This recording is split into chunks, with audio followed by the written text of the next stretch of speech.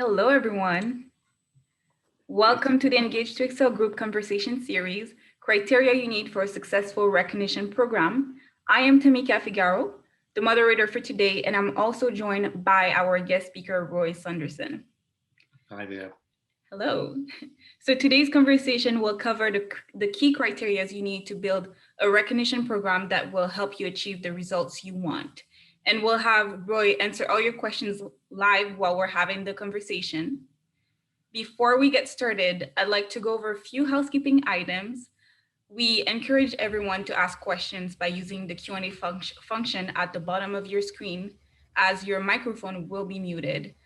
If you don't have time to ask your question, or if we don't have time to answer your question, know that I'll follow up with you personally via email. And if you have any questions after the webinar, you can reach us at the email address in the chat section that I entered there. Perfect. So lastly, this conversation is being recorded. It will be available on the Engage to Excel Vimeo page within about 3 business days. We'll make sure to reach out to you, send you an email when it's ready to watch, so you don't have to look for it. So for today's conversation, I am joined by Roy Saunderson. He is the Chief Learning Officer of the Engage to Excel group. Roy has been in the employee recognition field for more than 24 years now. He is also the author of Practicing Recognition, How to Give Meaningful Recognition to People Every Day. You'll see that he's very passionate about employee recognition, and he loves being able to teach people how to give real recognition the right way. Roy, thank you for being with us today. Yeah, it's good to be here again. So, for those who are just joining us right now, today's topic is about the criteria you need for a successful recognition program. We've had so many questions about this, and we're glad to finally address the 4 criteria you need to make your recognition program successful. So, Roy, first off, tell us, why do we need a criteria to have a successful recognition program? Yeah, absolutely. I think it's important to be able to have criteria so that we know whether our recognition programs are succeeding in achieving what we want them to. And I think they're also good to help even work with a provider such as ourselves in designing the recognition program you want for your organization. And I think it holds everyone accountable. When you have criteria, you have some measurement in place, it's a standard, it's something that you can see and gauge how you're doing. And I think it ensures that the decisions that you need to make to support your programs and the outcomes that you want to achieve are made in a better way. Yes, and designing a recognition program can seem a little intimidating at first. Are there any specific recognition criteria that you would recommend companies for their recognition programs? Certainly, that's a good question, Tamika. Now, there are certainly lots of criteria that we can incorporate in any organization to, encourage and adopt that they have a successful recognition program. We want them to have success, and I think the best way, as I've said before, is just to have some of those criteria. I developed a recognition maturity model that we use in our company, and if those who are listening and watching today would like to know more about that, we can always connect at a later time. But it enables leaders to know how well they stack up as an organization on their recognition practices, their recognition programs across various elements and standards. And the recognition maturity model actually uses the 4 criteria that we're going to talk about today to gauge, as an organization, how they're doing across 9 category items, such as, culture, leadership, strategy, and other components that are necessary to be successful with their recognition programs. And these 4 criteria are, recognition alignment, recognition consistency, recognition quality, and recognition impact. So those are the 4 criteria that I talk about, and I think are certainly very essential for our viewers today to be able to incorporate into their organization and into their recognition programs?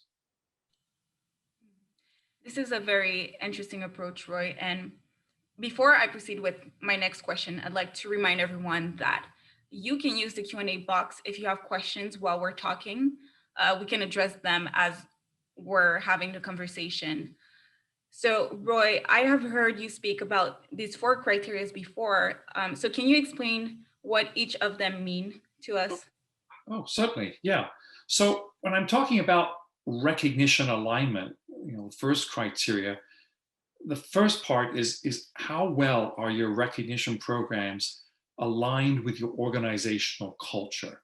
And we all know there's the explicit culture that we have with our mission, vision, and values, and there's sometimes that hidden culture, either positive or negative, that either supports or takes away from the things that are going on. And so we want to make sure that we've got a good cultural foundation in place in our organizations that can be the foundation of our recognition programs. Recognition is driven by the culture of an organization, and recognition actually reinforces the living of that culture. So that's a powerful alignment. The second alignment that I think gets neglected is the alignment of recognition to your business or organizational strategy. Recognition can be leveraged as a tool to help you drive any strategic initiatives you have. And it's interesting that 2 years ago, the last World at Work survey on the trends in employee recognition came out. And we've actually seen a reduction in the number of organizations that have a written recognition strategy. Last time it was only 49%. Before that, it was 55%. So only 49% of those organizations surveyed had a written recognition strategy. But from all of those that had a written recognition strategy, 97% were aligned with the business strategy. And I think we can forget how powerful a tool recognition can be if we don't set it up to drive some of our strategic initiatives that we have. I had one organization, it was a healthcare organization. One of their goals was to be one of the leading healthcare organizations in the area of safety. And it was wonderful to see all the safe practices that were going on because people were being recognized when they did some action to try to maybe report that there was some spilled coffee on the floor and putting a sign up. And they were taking initiative with it because not every employee, not just the leadership team, knew about that strategic initiative because it was being recognized. So here you have the whole concept of alignment and how it can work. The second criteria I talked about is recognition consistency. And it's interesting, a lot of organizations struggle with getting consistency in either the recognition practices or the use of their recognition programs.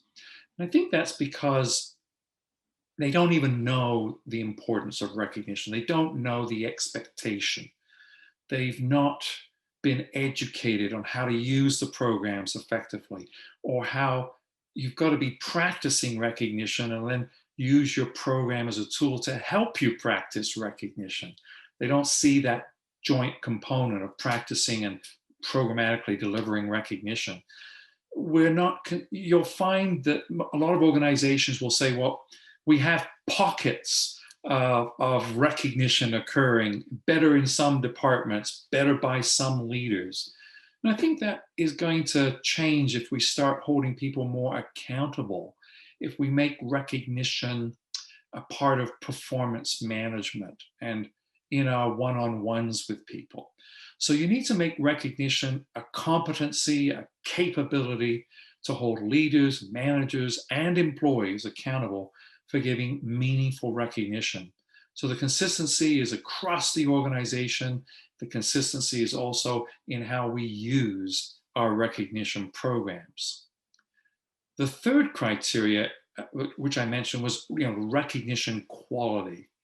How good is the recognition that's being given? How specific, for example, are we in using how we express recognition on our programs? Is it just a surface kind of level, kind of a basic recognition, or are we giving very genuine, authentic, and meaningful recognition?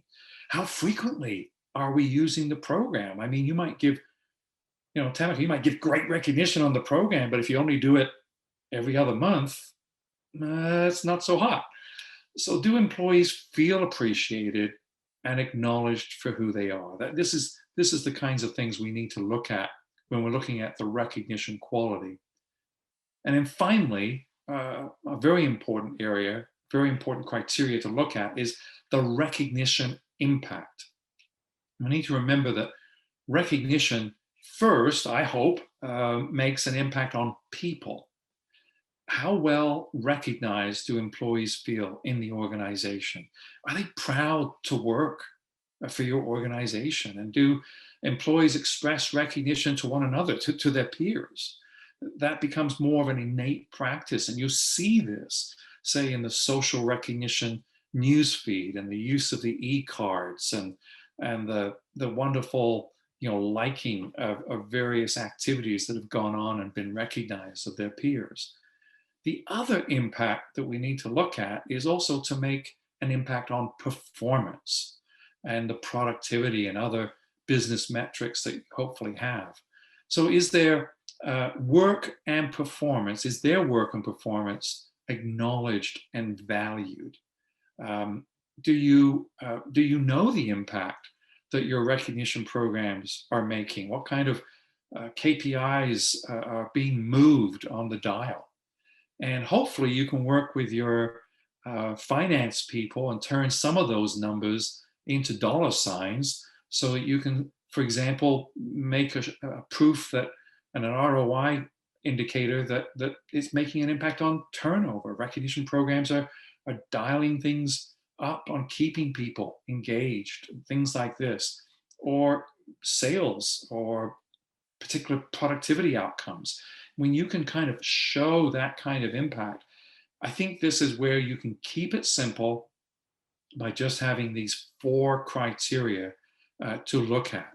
So, you have, again, the recognition alignment, the recognition consistency, recognition quality, and finally what we just concluded there was the recognition impact. So these are the 4 criteria that I think if we kind of gauge ourselves around these things, certainly you can have other criteria, but these are 4, what I would say, essential criteria that should be looked at in both designing and measuring and holding people accountable in the use of your recognition programs. Yes, that's really interesting. I like the point you brought up about the impact in performance. And I'm curious to know, do you have examples of how you could inspire your employees in performance with your program?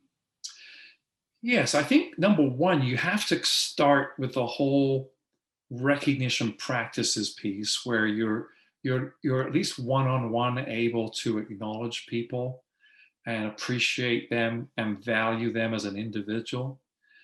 And then once you have some of those practices and qualities in place, what's really great is you then transfer that to the use of your program. So you're more detailed, more clear in the use of your programs. Now we get into how does it move performance? I think there's 2 things. Number one, there are recognition and reward programs.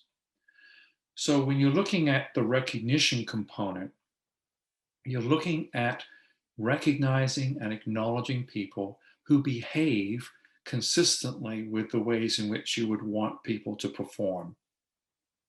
It's not just about getting the results, it's how you do it.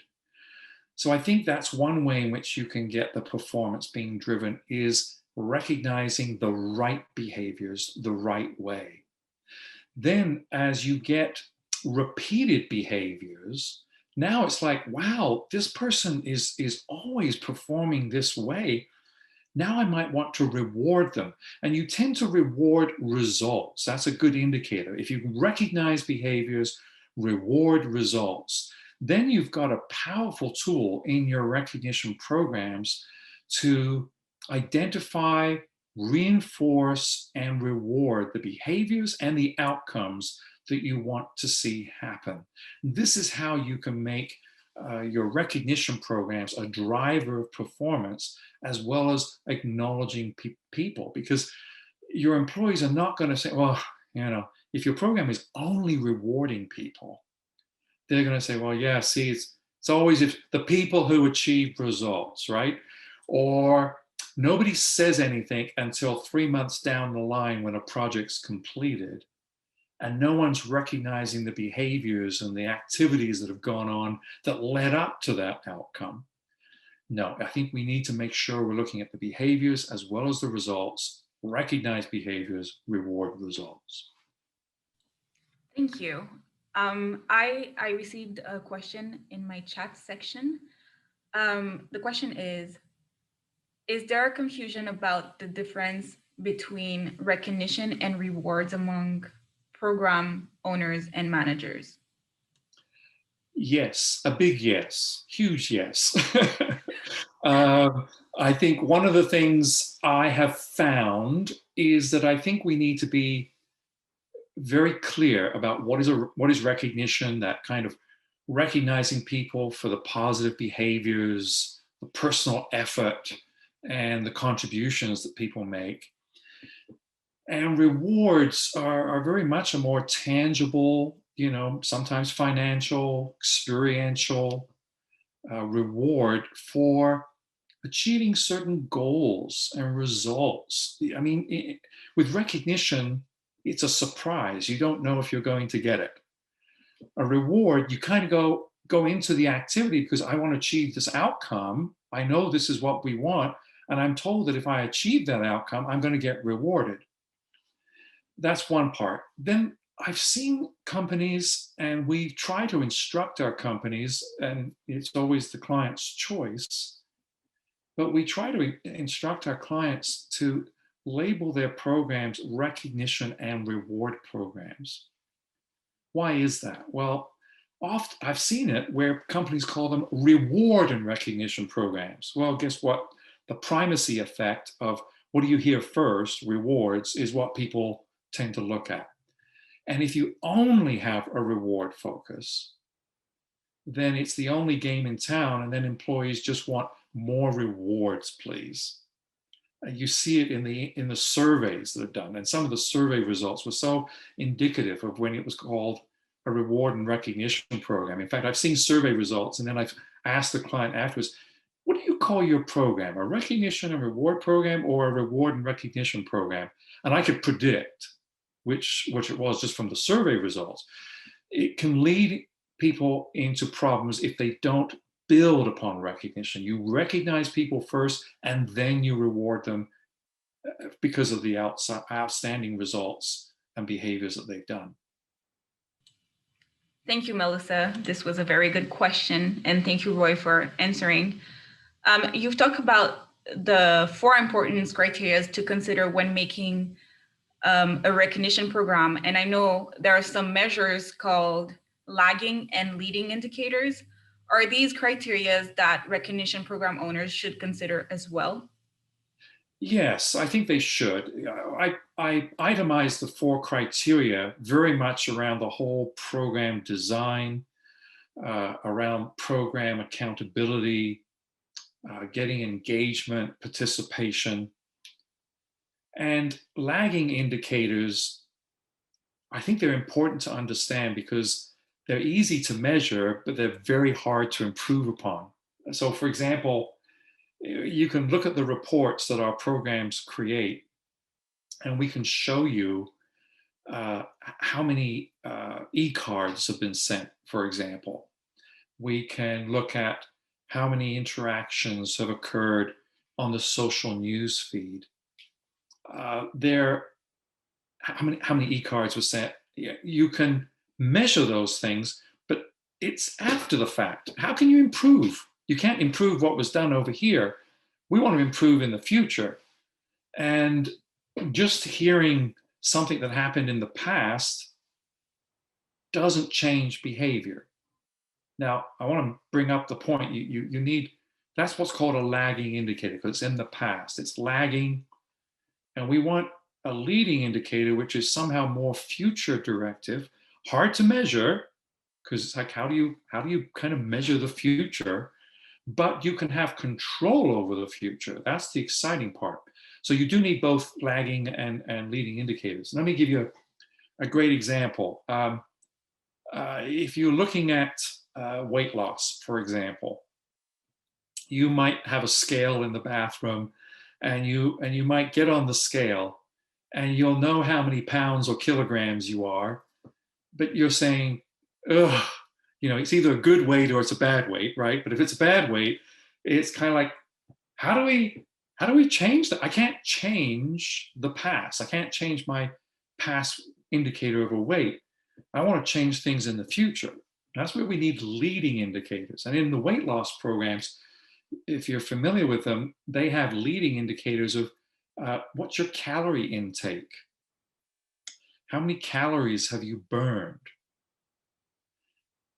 Now, you might say, well, that's kind of hard to measure, and there are lots of apps that are available for us to kind of guide us, but at least we can control. I've got better control of how many calories I take in and how many I burn than I do when I get on that scale and it's like, it's either a bad weight that I don't like. I can't change that, but I can change calorie intake, calorie outtake. So how does this work with employee recognition? Well, in reality, you've either recognized someone or you haven't. That's an interesting measure right there. I either recognize someone or I haven't. With most recognition programs, I kind of mentioned, we look at how many nominations we've made. We've looked at how many points were given, how many e-cards were sent. But what about how many employees have not been recognized? We can show that. And even on our engagement surveys, we can look at the percentage of agreement or disagreement with specific questions that we ask on those surveys. But you and I know that engagement surveys are like the grandest, worst, super late lagging indicator. They're always way behind. Just because we took this survey at a point in time, we can't change the past. Now, if we're looking at a leading indicator of recognition, we might need to ask ourselves, what are the activities that people do to achieve the desired outcome we want? And if we start looking at what precedes that activity, what precedes great performance, I need to interact with my employees more. We need to have encounters, whether that's face-to-face, virtual, on the phone, by email, and we're going to learn about the achievements, the positive attributes, and the actions that our employees are doing. So what if we made a leading indicator that's something we can plan for, like how many interactions do I have with you, Tamika, for example, right? How many interactions will I have with Melissa? Or how many interactions will I have with another colleague? And I can set a goal. My goal might be different than your goal. You might say once or twice, I might say 5 times, whatever the number is. It's more in our control to say how many interactions I'm going to have with a person. And it's a future-looking metric. It's not past. I'm looking at an activity where I can control it. I can control how many interactions I have.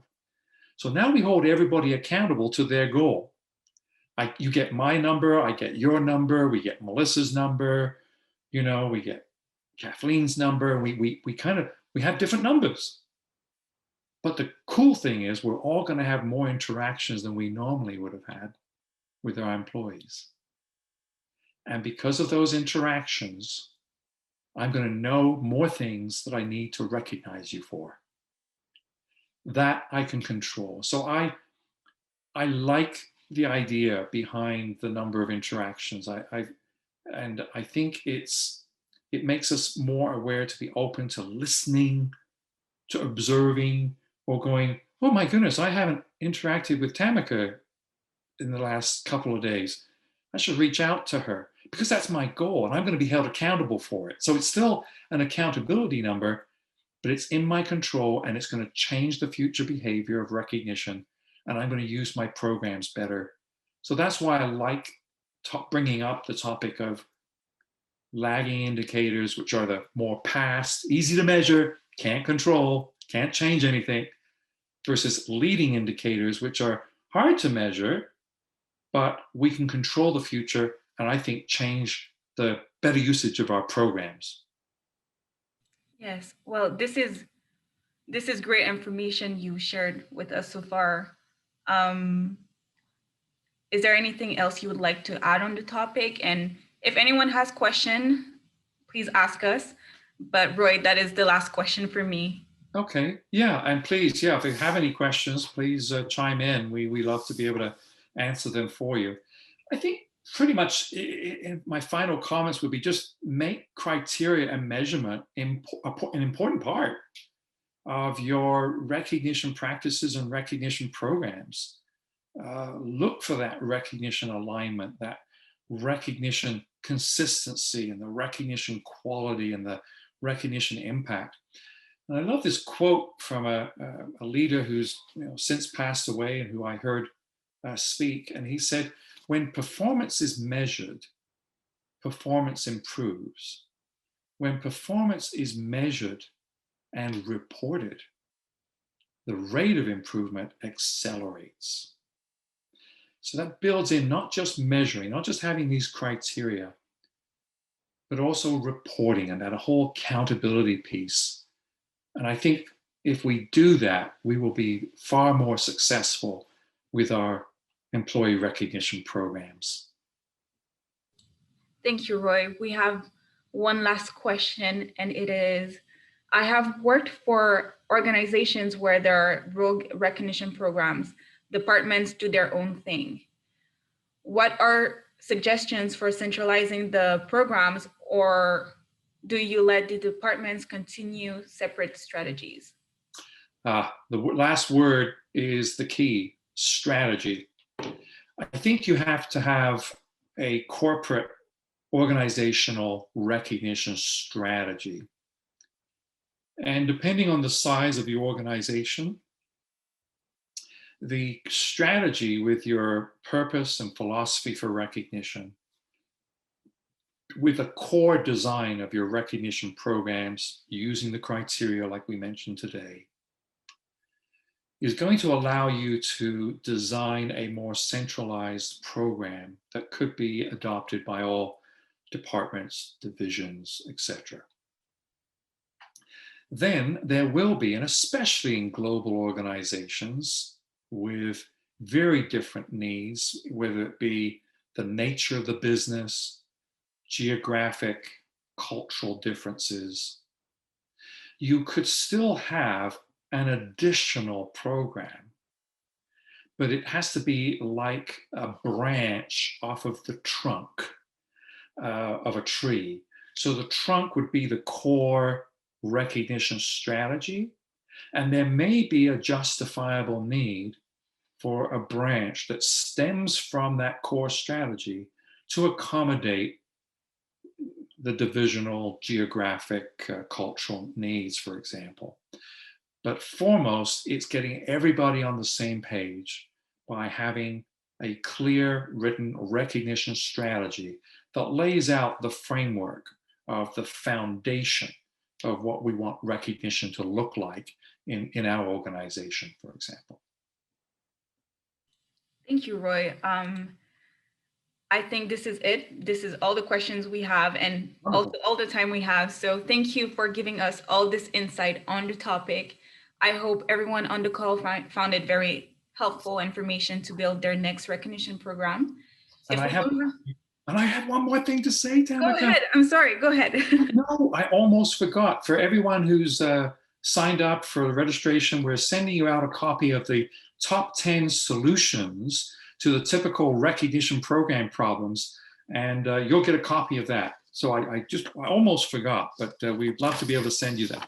Yes, we'll send it to you by email. And again, if you have questions that we didn't go over, I'll put the email address that you can reach us at.